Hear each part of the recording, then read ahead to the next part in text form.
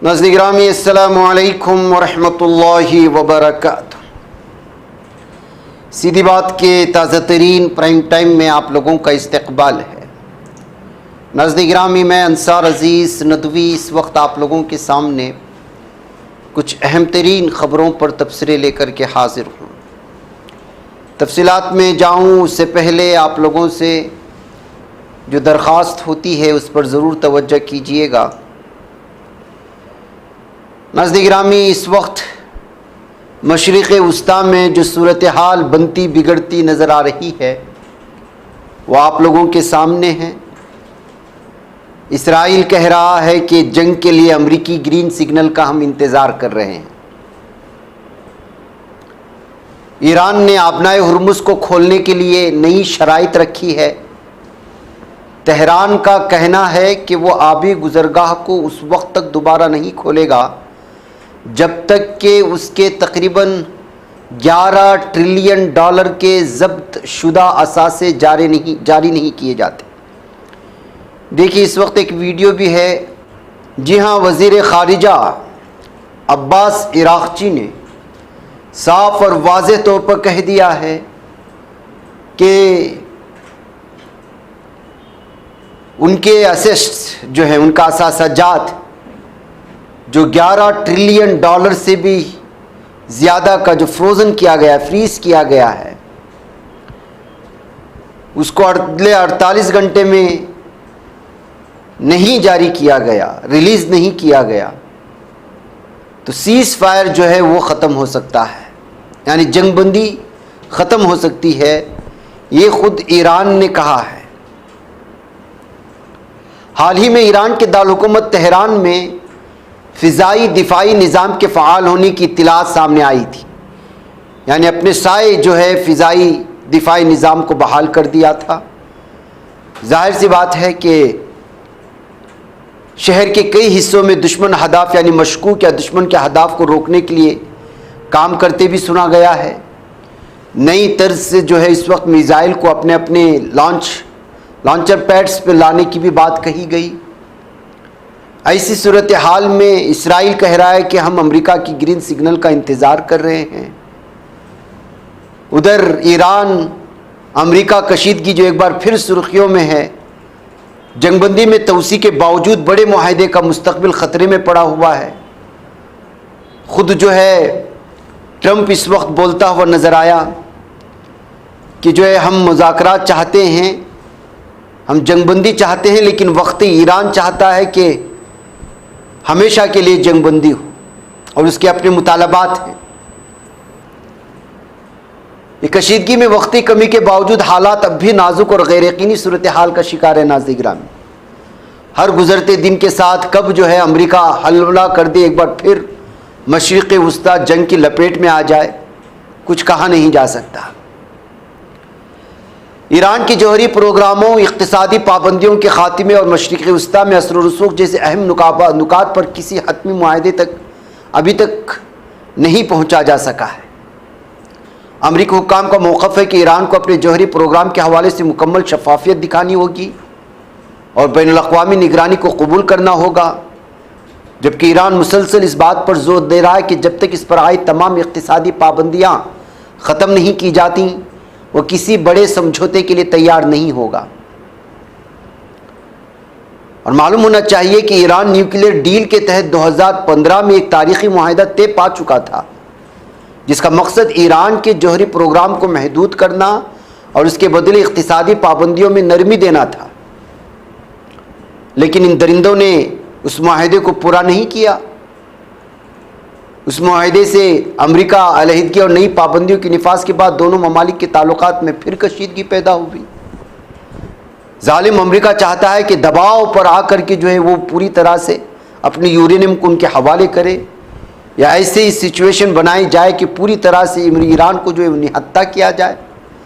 ऐसे में ईरान इन बातों को कहाँ से मानेगा, जिसके चलते एक तरफ जो है ये महदूद पेशरफ तो जारी है अमेरिका मुज़ाकरात पर, लेकिन इख्तिलाफात जो बदस्तूर बरकरार हैं उससे साफ़ और वाज़ेह होता है कि जो है ना अमेरिका अपने मुतालबात में नरमी करने की कोशिश कर रहा है, न ईरान अपने मुतालबात को लेकर के पीछे हटने की बात कर रहा है, जिसके चलते इस वक्त सूरत हाल कब क्या होगा कुछ नहीं कहा जा सकता, इसलिए कि तीनों ममालिक अलर्ट पर है। कहा जा सकता है जालिम सहनी दरिंदे इसराइल इस वक्त पूरी तरह से ईरान पर अटैक करने के लिए तैयार है, और उधर अमेरिका जो है मुज़ाकरात के रास्ते किसी भी तरह से जो है अपने मुतालबात को पूरा करवाना चाहता है, जबरन ही सही, लेकिन ईरान है कि वो अपने मौक़िफ़ से हटने को तैयार नहीं है। नाज़िरा में हालिया जंगों ने इस वक्त पूरी दुनिया को इस तरह से डरा दिया है, वहशत में मुब्तला कर दिया है, या फिर यूँ कहा जा सकता है कि इस कदर चौकन्ना कर दिया है कि अब ममालिक ख़ुद को दिफाई पोजीशन में बहुत मजबूत करना चाहता है। हर मुल्क और हर फर्म, 300 से ज़ायद फर्मों ने अपनी एटमी हथियारों में सरमायाकारी में तेज़ी लाई है। यानी जंग के नाम पर, हथियारों के नाम पर कंपनियां कमाना चाहती हैं। इंसानों की जानों की कोई अहमियत नहीं रही राज़-ए-ग्रामी। इस वक्त एंटी न्यूक्लियर मुहिम चलाने वालों का मानना है कि फाइनेंस इदारे एटमी हथियारों की तैयारी में अपनी सरमायाकारी बढ़ा रही हैं, और ख़बरदार किया है कि ये रुझान ऐसे वक्त में फ़ौजी अखराजात में मज़ीद इजाफ़ा कर सकता है जब आलमी तनाज़ात तेज़ी से बढ़ रहे हैं।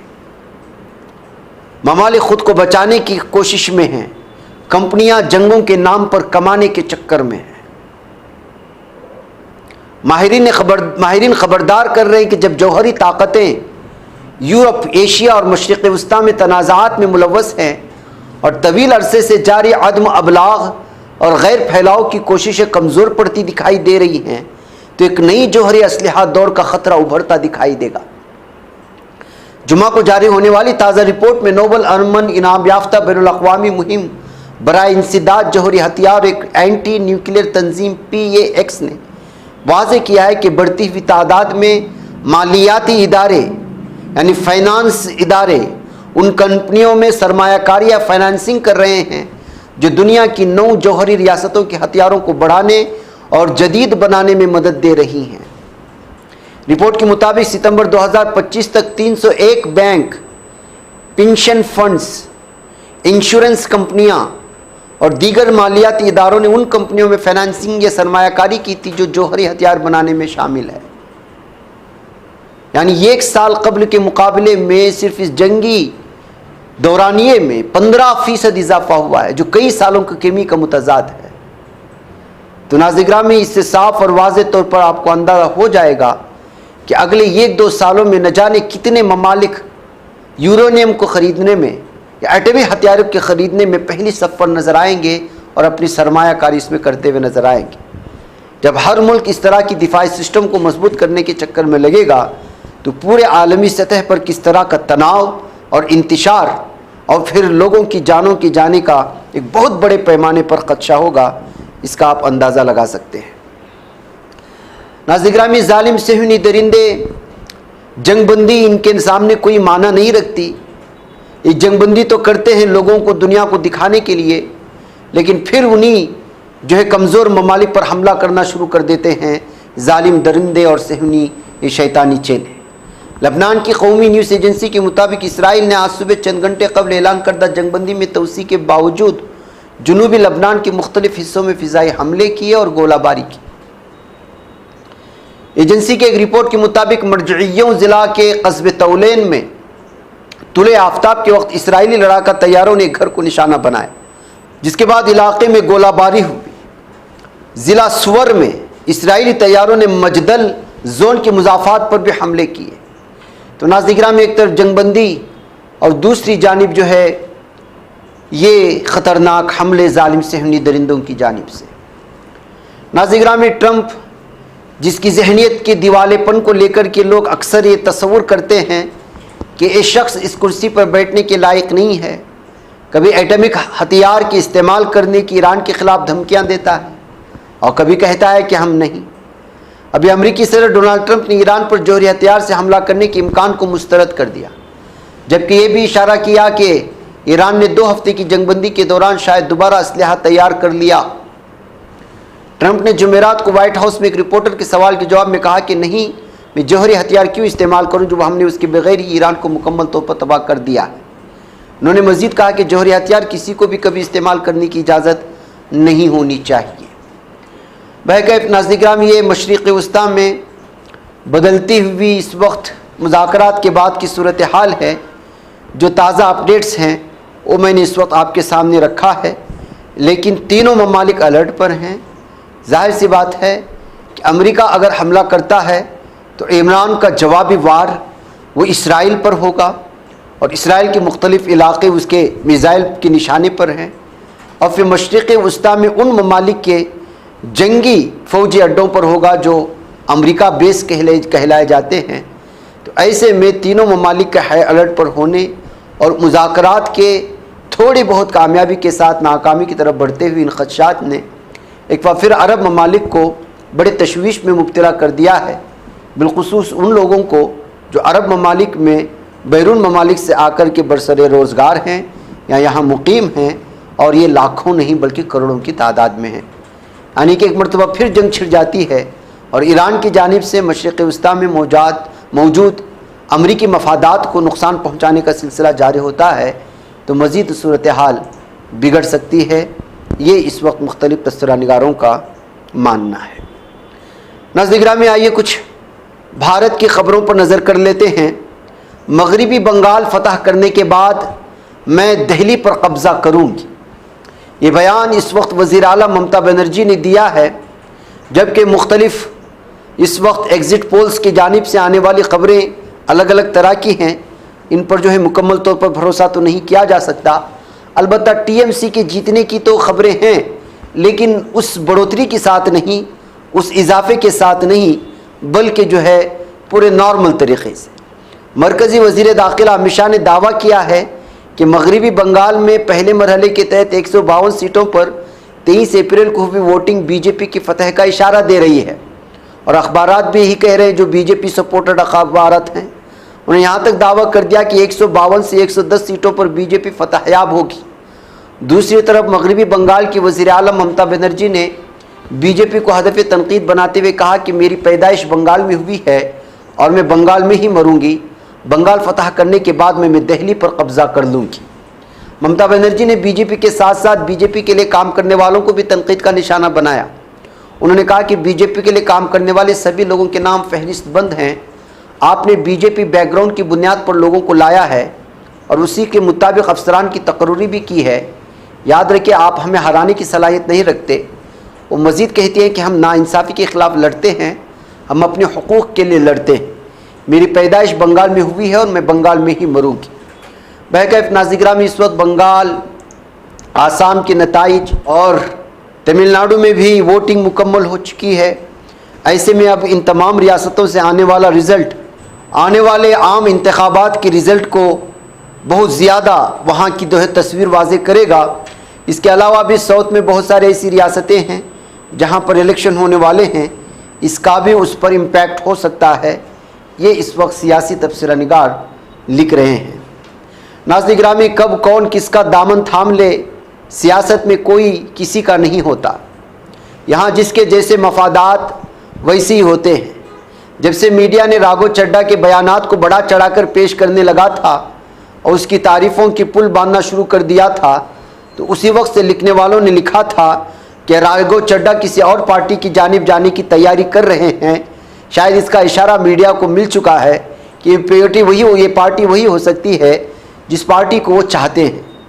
अब वो जो शक था यकीन में बदल गया है। राघव चड्ढा और उनके साथ 2 अरकान पार्लियामेंट आम आदमी पार्टी से इस्तीफ़ा दे चुके हैं और बीजेपी में शामिल होने का ऐलान कर दिया गया है। आम आदमी पार्टी को लेकर के जब इसका आंदोलन चला था, यानी इब्तिदा इसकी कहाँ से हुई थी, कांग्रेस मरकज़ी हुकूमत में मौजूद कांग्रेस पार्टी की मुखालिफत और उसकी बदउनवानियों को जो है लोगों को सामने लाने के बाद आम आदमी पार्टी की बुनियाद दिल्ली के उस मंच से रखी गई थी जहां पर बदउनवानी के ख़िलाफ़ लड़ने की बात कही गई।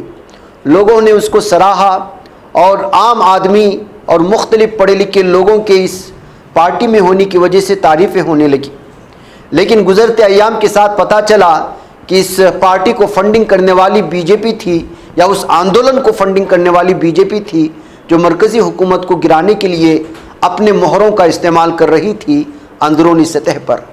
आज आम आदमी पार्टी से जाने वाले मुख्तलिफ चेहरों को देखने के बाद, उस वक्त जिन लोगों ने तबसरा किया था कि आम आदमी पार्टी जिस आंदोलन से जन्म हुई है उस आंदोलन को फंडिंग करने वाली ही बीजेपी थी, तो वो बात आज जो है यकीन में बदल जाती है।